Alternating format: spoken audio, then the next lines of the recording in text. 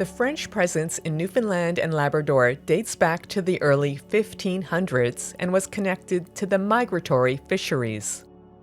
Every year, ships crossed the Atlantic Ocean to catch cod for a few months before returning home again in the fall.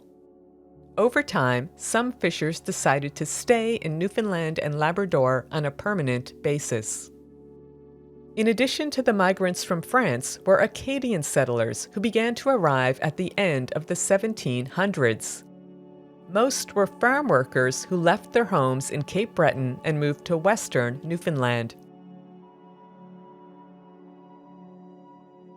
Abundant cod stocks near Newfoundland and Labrador attracted the interest of several European nations at the end of the 15th century. Over the next 400 years, international fishing fleets crossed the Atlantic every year to engage in the lucrative migratory fishery. France was one of the earliest nations to take part. Its first documented vessel arrived in the year 1504. Merchants quickly recognized how profitable the industry would become. There was already a strong demand for fish in France, where a sizable Roman Catholic population could not eat meat for about 150 days a year. Many people chose fish as an alternative source of protein. But fresh fish was expensive and it spoiled fast. In contrast was salt cod. It was cheap, tasty, and had a long shelf life. France's involvement in the migratory fishery grew so fast that it dominated the industry throughout the 16th and 17th centuries. Most fishers came from Brittany or Normandy. Located on France's northwest coast, the regions were ideally situated to exploit Newfoundland and Labrador fishing grounds. Most French fishers concentrated their efforts in two areas: along the island's north shore from the tip of the northern peninsula to Bonavista, and along its south shore, starting at Cape Race and extending west. The coastline between those two regions was primarily used by British migratory fishers.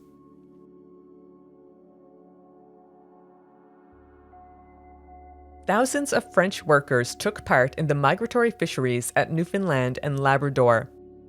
Most were there for the spring and summer and then returned home in the fall.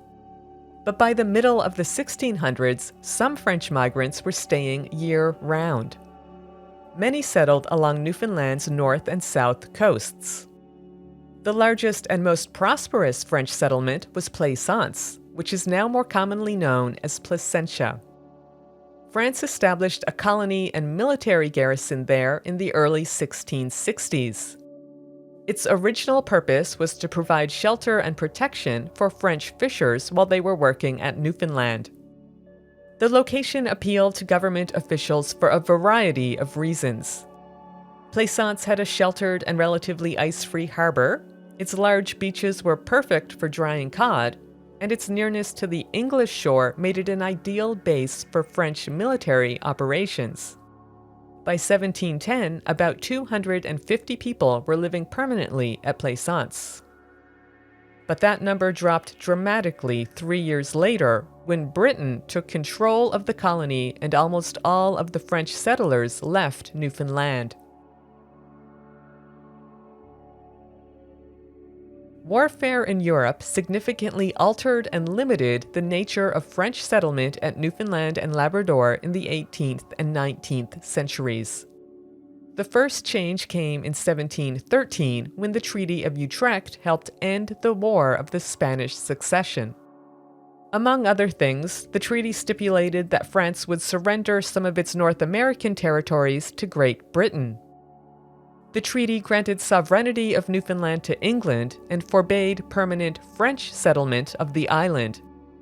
But France was still allowed to use a portion of the north coast as a seasonal base for its fishery. This area became known as the French Shore or the Treaty Shore. French fishers were allowed to catch and dry fish in this area, but had to leave once the fishing season ended in September. Plaisance became an English colony, and the French settlers living there could only remain if they swore an oath of allegiance to the Queen of England. Some people complied, but most did not. Many moved to nearby Cape Breton, which was controlled by France at the time and known as Ile Royale. It replaced Plaisance as France's major center for military and commercial activity in North America. It also provided a base for French fishers during the off-season. In 1783, the Treaty of Versailles between France and England again altered the French presence at Newfoundland. It moved the French shore west to the stretch of coastline linking Cape St. John with Cape Ray.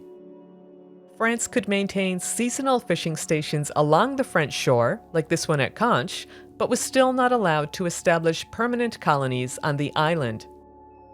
Despite the regulations, some French migrants did settle permanently at Newfoundland after the treaties of Utrecht and Versailles. Some had official permission to live on the island year-round. Among them were families of winter caretakers who guarded French fishing stations after the migratory fleets returned home in the fall. Caretakers migrated from France and the French islands of Saint Pierre and Miquelon, located about 20 kilometers off the Burin Peninsula. Others settled covertly on the island. Some were deserters from the migratory fishery who found working conditions too demanding. Others wanted to avoid the mandatory 5-year military service that French citizens faced after about 4 to 5 years in the fishery. And a very few may have moved to Newfoundland after completing their fishing and military service simply because they enjoyed living there. Although settlers dispersed along the French shore, the largest concentrations of French migrants settled on the Port-au-Port Peninsula.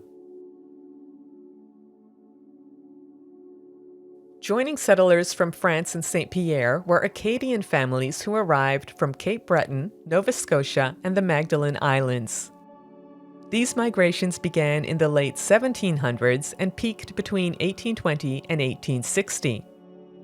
Many of the Acadians were farmers in search of land. Others came to work in the local cod, herring, and lobster fisheries. Newfoundland's west coast appealed to Acadians for a variety of reasons. Land was plentiful, the soils were rich, and the waters were good for fishing. Importantly, a small francophone presence was already in the area, and there weren't many government or military officials who would interfere with daily routines. Most migrants settled in the St. George's Bay area, which had a population of about 1,200 Acadians by the year 1830. French use of Newfoundland again changed in 1904 when France entirely abandoned its rights to the French shore as part of the Entente Cordiale. Under this agreement with England, France surrendered its territorial and fishing rights at Newfoundland in exchange for British territory in Africa. After 1904, France based its North Atlantic fishing operations at Saint Pierre and Miquelon instead of the island of Newfoundland. The agreement slowed French migration to Newfoundland and Labrador after 1904, but it also made it possible for French settlers living covertly on the island to publicly declare their French origins without risking deportation or recruitment into the French Navy. Today, Francophones in Newfoundland and Labrador are concentrated in 3 main regions: the Port-au-Port Peninsula on the island's west coast, the St. John's area, and Labrador. They are represented by the flag shown here. The blue, white, and red signify France, and the yellow, Acadia. The Terramac branch on the top sail is emblematic of Labrador, and the pitcher plant below represents Newfoundland. According to Statistics Canada, about 2,200 Newfoundlanders and Labradorians reported French as their mother tongue in the year 2021. That's about 0.5% of the province's population.